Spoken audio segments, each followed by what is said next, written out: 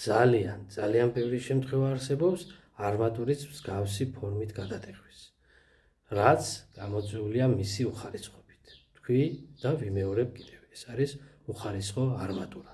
დარწმუნებული ვარ, თქვენ შემთხვევაშიც ბევრჯერ იქნებოდა მსგავსი რამ.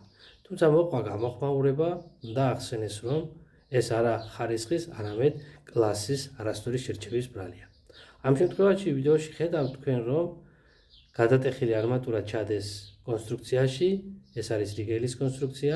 როდესაც აღმოაჩენთ მსგავს რამეს, არა თუ უნდა ჩადოთ ეს კონსტრუქციაში, არამედ უნდა დაუკავშირდეთ მომწოდებელ კომპანიას, უკან უნდა წააღებინოთ და ხარჯები უნდა აანაზღაურებინოთ